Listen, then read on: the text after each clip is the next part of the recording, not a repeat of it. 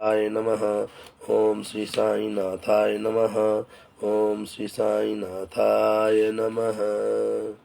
मैं सत्यवीर वर्मा श्री साईं बाबा के श्री चरणों में और समस्त बाबा के भक्तों के श्री चरणों में साष्टांग प्रणाम करता हूँ। मेरा प्रणाम आप स्वीकार करें। साईं प्रेमियों, श्री साईं सरोवर जिज्ञासा 30 का आज पठन वाचन करेंगे। इसमें बड़ा सुंदर चित्रण किया है नाना साहेब चांदोरकर के लिए। चांदोरकर को बाबा ने कैसे बुलाया, उनका आगमन कैसे हुआ, बड़ी अच्छी चर्चाएं हुई हैं उनके विषय में, तो उसका पठन वाचन करेंगे। और साईं प्रेमियों, जैसे लेखक महोदय कहते हैं कि जो बाबा लिखवा रहे हैं मैं लिख रहा हूँ, उसी तरह मेरे से जो बाबा बुलवा रहे हैं मैं वही बोल रहा हूँ। इसमें मेरा कोई श्रेय है। मेरे से अगर कोई त्रुटि हो जाए तो बाबा और आप सब मेरे को क्षमा करना। मैं अपने आप को फील करता हूँ और शायद आप भी फील करें कि ये मेरे वचन नहीं है, मेरे बोले हुए शब्द नहीं हैं। मेरे कंठ में बाबा विराजमान हैं। शायद आप भी अगर यहाँ पे देखेंगे तो आपको बाबा की छवि नज़र आएगी। मेरे को आती है, पता नहीं आपको आएगी नहीं आएगी, पर मेरे को बाबा की पूरी छवि आती है मेरे को यहाँ पे, जब मैं श्री साईं सरोवर का पठन वाचन करता हूँ। तो ये बाबा बोल रहे हैं, मेरे मुँह से बोल रहे हैं, तो मैं सभी को करबद्ध प्रणाम करता हूँ। और बाबा की जिज्ञासा की तरफ बढ़ने से पहले हम बाबा के मंत्रों का उच्चारण और बाबा की प्रार्थना करेंगे, फिर हम जिज्ञासा की तरफ बढ़ेंगे। ओम श्री दत्तात्रेयाय विद्महे श्री त्रिपुत्राय धीमहि तन्नो श्री दत्तः प्रचोदयात्। ओम श्री शिरडीवासाय विद्महे श्री सच्चिदानंदाय धीमहि तन्नो श्री साई प्रचोदयात्। ओम श्री मांदीवासाय विद्महे श्री सच्चिदानंदाय धीमहि तन्नो श्री बाबा कुलडानाथ महाराज प्रचोदयात्। ओम सूक्ष्म शरीराय विद्महे श्री कुलदेवताय धीमहि तन्नो श्री पितृ बाबा महाराज प्रचोदयात्। ओम नमः शिवाय। शिवजी सदा सहाय। ओम नमः शिवाय। गुरुजी सदा सहाय। ओम श्री साई नाथाय नमः। श्री साई सरोवर ग्रंथ के प्रथम चरण की 30वीं जिज्ञासा का शुभ आरंभ करने से पहले गिरजानंदन गणपति जी को मैं नमस्कार करता हूँ। विद्या की देवी माँ सरस्वती जी एवं शक्ति स्वरूपा माँ जगदम्बा को मैं नमस्कार करता हूँ। भगवान दत्तात्रेय के प्रत्येक स्वरूप को मैं नमस्कार करता हूँ। मेरे गुरु महाराज श्री बापू महाराज टाट को मैं नमस्कार करता हूँ। सच्चिदानंद सत्स्वरूप परम ब्रह्म परमात्मा श्री साईं बाबा को कोटि कोटि वंदन करते हुए चरण बिंदों में मस्तक झुकाकर मैं उनका वो साष्टांग प्रणाम करता हूँ। मेरा प्रणाम स्वीकार करें। नाना साहेब चांदोरकर, हे साईनाथ, जिनकी आपकी सिवा और कोई गति नहीं, उनके हृदय में आपका निवास है। हे साईनाथ, जो पराई नारी को माता और पराए धन को विष समान जानता, उनके वहां आपका नित्य वास है। हे साईनाथ, जो दूसरों को सुखी देखकर आनंदित होते हैं, दूसरों के दुख को देखकर दुखी होते हैं, ऐसे मनुष्य आपको अधिक प्रिय हैं। आप ऐसे मनुष्य के हृदय में हमेशा निवास करते हो। हे साईनाथ, जो जाति धर्म पैसा रुतबा मान सम्मान और अन्य सांसारिक चीजों से दूर रहकर केवल आपका नाम स्मरण करता है, उनके हृदय में आप हमेशा निवास करते हो। बाबा का निवास स्थान बताया जा रहा है कि बाबा कहाँ निवास स्थान करते हैं, बाबा का स्थान कहाँ है, बाबा के रहने की जगह कहाँ है। निश्चल प्रेम में बाबा का वास है। हे साईनाथ, बाबा श्री हमेशा मालसापति को कहते थे कि मैं जब सोऊं तब मेरी छाती पर हाथ रखना और चेक करना कहीं मेरे हृदय से ओम ओम ओम शब्द सुनाई देता है या नहीं देता है, और अगर ना सुनाई दे तो मुझे जगा देना। बाबा श्री के एक एक अंग ध्येय के रोम रोम में अखंड नाम स्मरण ध्वनि निकलता था, ओम का। सामान्य रूप से मनुष्य में जो शक्ति जड़ होती है वो शक्ति बाबा में चेतन थी। अब देखने वाली बात है, बाबा का ओम ओम करके उच्चारण होता था, राम राम राम बोलते थे। जब वो निद्रा में होते थे तो उनके हृदय से जो आवाज आती थी, जब वो समाधि अवस्था में होते थे तो ओम राम ये वर्ड निकलते थे उनके हृदय से। और जब दुनिया की नज़र में वो जागृत होते थे तब अल्लाह मालिक, अल्लाह भला करेगा, ऐसे वर्ड बोलते थे। अब वो देखिए, एक समझने वाली चीज़ है, जिज्ञासा उत्पन्न होती है कि जब वो सो रहे हैं तो उनके हृदय से आवाज़ आ रही है ओम की, जो कि सनातनी वर्ड है, जहाँ से सनातन धर्म का उदय हुआ, जहाँ से भगवान का प्रादुर्भाव हुआ, उसका उच्चारण करते हैं ओम। जब वो निद्रा ले रहे होते हैं तो उनके जो हृदय की जो आवाज़ आती है, जो हृदय से आवाज़ आती है, वो ओम की आती है। मगर जब वही जागृत अवस्था में होते हैं तो उनके मुंह से, उनके होठों से, उनकी जुबान से अल्लाह मालिक, अल्लाह सबका भला करेगा। तो ऐसे पर्सनैलिटी को क्या बोलना चाहिए? इसका मतलब यही है, जहाँ तक मैं समझ पाया हूँ वो यही है कि ये जो मजहब, संप्रदाय, धर्म, ये जो चीज़ें हैं, ये जागृत जब तुम जाग रहे हो तब तक है, जब तुम जाग रहे हो। मगर जब आप समाधि अवस्था में चले जाते हो तो एक ही चीज बचती है, वो है ओम। जहां से इस पूरी सृष्टि का, इवन स्वयं भगवान की शक्तियों का प्रादुर्भाव हुआ है, वो एक ही शक्ति है, ओम।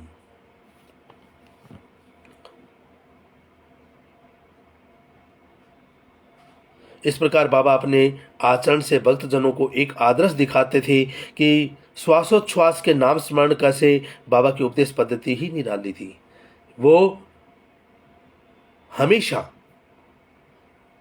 बाबा अपने श्वासोच्छ्वास से जो योग क्रियाएं होती थी, योग क्रियाओं के माध्यम से जो बाबा नाम स्मरण का जाप करते थे वो निरंतर चलता रहता था। इसका मतलब यह हुआ अर्थात कि बाबा अखंड समाधि में सर्वथा लीन थे। 24/7 365 दिन तक बाबा हमेशा समाधि में होते थे। वो खाते थे मगर उनकी जीभ को कोई स्वाद नहीं था। वो सांसारिक दृष्टि से जो हमारी आंखें हैं उससे दिखते थे कि वो खाना खा रहे हैं, परंतु सही मायने में ना तो उनके शरीर को किसी खाने की ज़रूरत थी, ना कोई ऊर्जा की। जो खुद ऊर्जा का भंडार है उसे ऊर्जा की क्या ज़रूरत। बाबा योगी जनों इस शक्ति को अनाहत कहते हैं, ओलिया इस शक्ति को औत ई सरमदी कहते हैं। बाबा ने अनाहत शक्ति धारण की थी, इसलिए बाबा हमेशा अपने भक्तों से कहते थे, अरे मैं नित्य हूं। यहाँ बाबा श्री कृष्ण जी के शब्दों को दोहरा रहे हैं, अरे मैं नित्य हूँ, मैं दिखना बंद हो जाऊँगा तब भी मेरी समाधि से मेरी हड्डियाँ तुम्हें प्रेम पूर्वक बुलाएंगी, मुझे पुकारेंगी तो मेरी हड्डियाँ जवाब रूपी ओंकार करेंगी, भक्तों की रक्षा करेंगी, समस्या और मुसीबतों का निवारण करेंगी, संकट मिटा देंगी।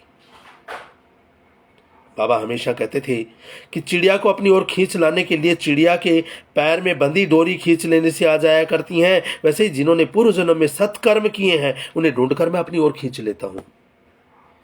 कोई अमुक आदमी आके बोले कि मैं बाबा के जाऊंगा या मैं बाबा की भक्ति करूंगा, वो असंभव है। जब तक बाबा अपनी ओर खींचे ना उस डोरी को पकड़ के, तब तक कोई भी वहां पहुंच ही नहीं सकता। अगर कोई कहे कि मैं पहुंच सकता हूं, वो निरादंभ के अलावा और कुछ नहीं है। बाबा श्री ने ईश्वर सम्मत 1885 में 3 दिन की समाधि ली थी। तब तक ज़्यादा ख्याति नहीं फैली थी, लेकिन ईश्वर सम्मत 1887 में अहमदनगर जिला के डिप्टी कलेक्टर श्री नाना साहेब चांदोरकर ने शिरडी की धरती पर कदम रखे। उसके बाद अनेक अधिकारी पदाधिकारी आने लगे, जिसकी सुंदर कथा एक चित्त से सुनिएगा, ध्यान लगा के सुनिएगा। क्या है, बाबा श्री जर्जर मस्जिद में निवास करते थे। मैंने पहले भी बताया था ये मस्जिद कौन सी थी। जब द्वारकाधीश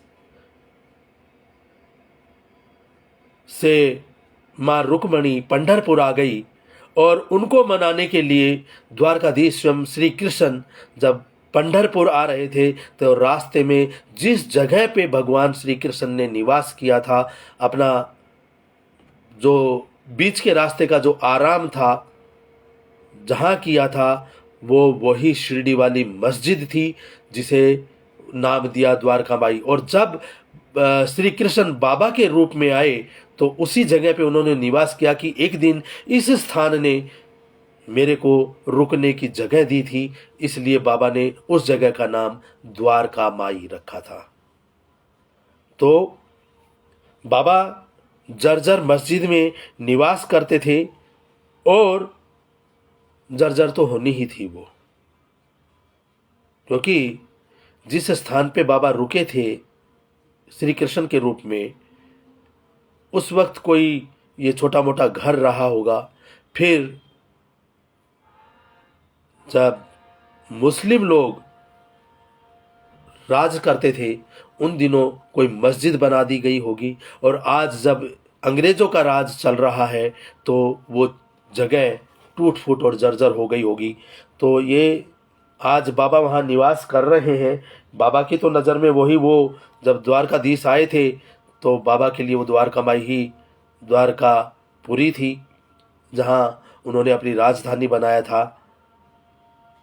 द्वापर युग में गुजरात में द्वारका जो है वहाँ पे, और आज बाबा के रूप में जब श्री कृष्ण आए हैं, तो हेड ऑफिस ये मस्जिद बना दी, द्वारका माई को बना दिया, और शिरडी को द्वारका बना दिया बाबा ने। बाबा की लीलाएं बड़ी न्यारी हैं, बड़ी अगाध हैं, नहीं समझ सकते। कभी कभी बाबा मारुति मंदिर और शनिदेव के मंदिर जाकर बैठते थे। जानकी दास जी और देवीदास जी महाराज के साथ ज्ञान गोष्ठी किया करते थे। बाबा श्री का वर्णन सामान्य मस्त राम जैसा ही था। संसारी लोग पागल ही कहते थे उनके तो ज्ञान चक्षु, वो तो दुनिया को ज्ञान चक्षु देते हैं, ज्ञान की दृष्टि देते हैं, दिव्य दृष्टि देते हैं। उनको ज्ञान की क्या जरूरत थी जो ज्ञान गोष्ठी करते थे। बाबा दूसरे जो ऋषि मुनि थे, जो साधु संत थे, उनका मान सम्मान बढ़ाने के लिए, गांव में उनकी ख्याति करवाने के लिए, उनको सम्मान दिलवाने के लिए उनसे ज्ञान की गोष्ठी कर लिया करते थे। ये कोई नॉर्मल बात नहीं थी कि उनके पास जाके चर्चाएं कर ली। बाबा के पास जो पूरी सृष्टि का भरण पोषण, जन्म देना, संहार करना, पालन करना, वो उनके पास कितने डिपार्टमेंट होते थे, उनके पास कहाँ टाइम होता होगा। परंतु वो फिर भी उन सब में से समय निकाल के वो उन साधु संतों को थोड़ा ज्ञान देने और उनका जीवन सुधारने के लिए, उनका सम्मान करवाने के लिए बाबा उनसे ज्ञान गोष्ठी किया करते थे, उनको ज्ञान का उपदेश दिया करते थे। और कई बारी तो खुद ऐसे बिहेव करते थे जैसे कि उस चीज़ के बारे में वो जानते ही नहीं हैं, दूसरे लोगों से जानने की कोशिश करते थे, अज्ञानता का प्रदर्शन करते थे। एक ब्रह्मांड का मालिक अज्ञानता का प्रदर्शन कर रहा है और कुछ जानने का इच्छुक है कि मेरे को नहीं मालूम इस चीज़ के बारे में, तो लोग ऐसे ही अपमान तो करेंगे ही। तो बाबा को लोग पागल कहते थे, जबकि उसने सबको भ्रमित कर रखा है माया में। वो दुनिया को पागल बनाता है, वो इतना बड़ा मदारी है। जब सरकारी शाला की जांच के लिए शिक्षा निरीक्षक आते थे तो बाबा के चरण में मस्तक झुकाते थे, बाबा के लिए फल ले आते थे। पागल फकीर में निरीक्षक को भगवान दत्तात्रेय के दर्शन होते थे। इंस्पेक्टर को यकीन था कि यह कोई पागल फकीर नहीं, संसार के समस्त दुखों को मिटाकर सुख प्रदान करने वाले समर्थ फकीर हैं।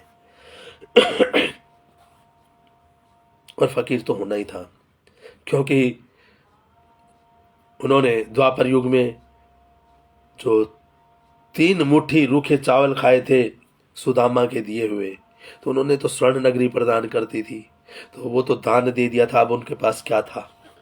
और इस जन्म में रुक्मणी उनके साथ नहीं आई थी, और रुक्मणी जब आई तो राधा कृष्णी माई के रूप में आई। वो खुद एक फकीर थी, तो फकीरी जीवन जीना ही था। ये फकीर बन के ही जन्म लेना था, फकीर बन के ही अवतार लेना था बाबा ने, क्योंकि वो तो दान कर चुके हैं स्वर्ण नगरी सुदामा को।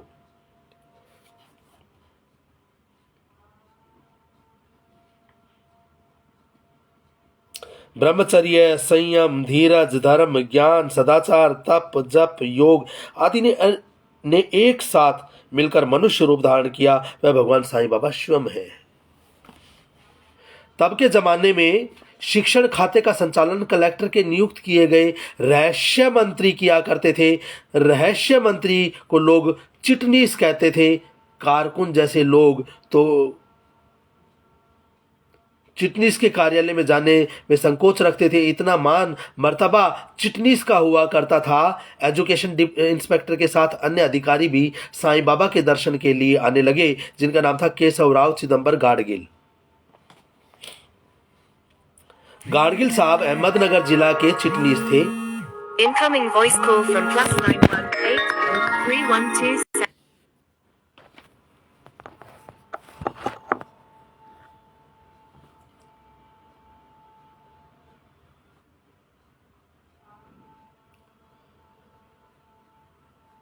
गाडगिल साहब अहमदनगर जिला के चिटनीस थे।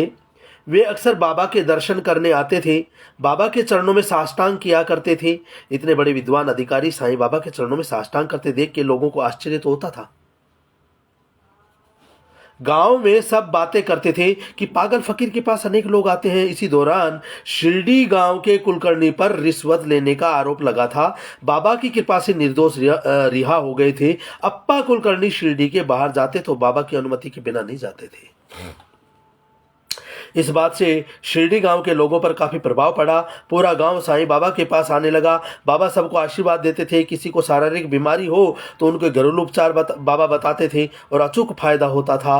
कोई ज्यादा बीमार होता तो बाबा उसके घर जाकर तबीयत भी पूछते थे। इसलिए पागल फकीर के प्रति भक्ति भाव बढ़ने लगा। सब पागल फकीर नहीं परंतु परोपकारी फकीर कहने लगे। ईश्वर संमत 1885 में चिटनीस चिदंबर गाडगिल का स्थानांतर हुआ। उनके स्थान पर गोविंदराव चांदोरकर आए।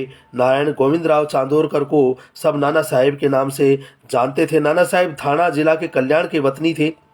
चांदोरकर के परिवार में 3 पीढ़ी से कलेक्टर की पदवी चली आ रही थी, इसलिए उनके परिवार के पास स्थावर जंगम संपत्ति भी अच्छा खासी थी। चांदोरकर ने मुंबई यूनिवर्सिटी से ग्रेजुएशन किया था।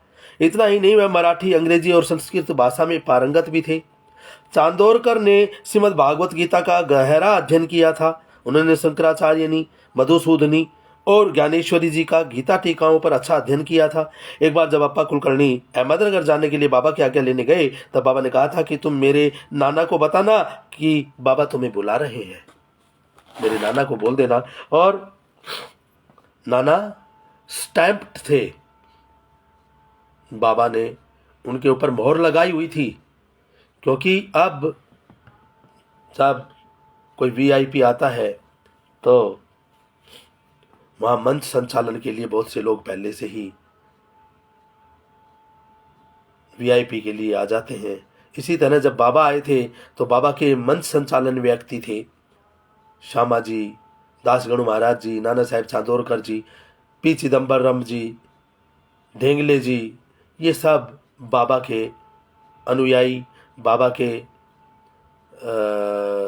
जो मंच संचालन करने वाले हैं, बाबा की लीलाओं का गुणगान करने वाले हैं, बाबा की लीलाओं को हर जन जन के हृदय तक पहुंचाने वाले हैं, ये बाबा के कर्मठ और स्वयं सेवक थे।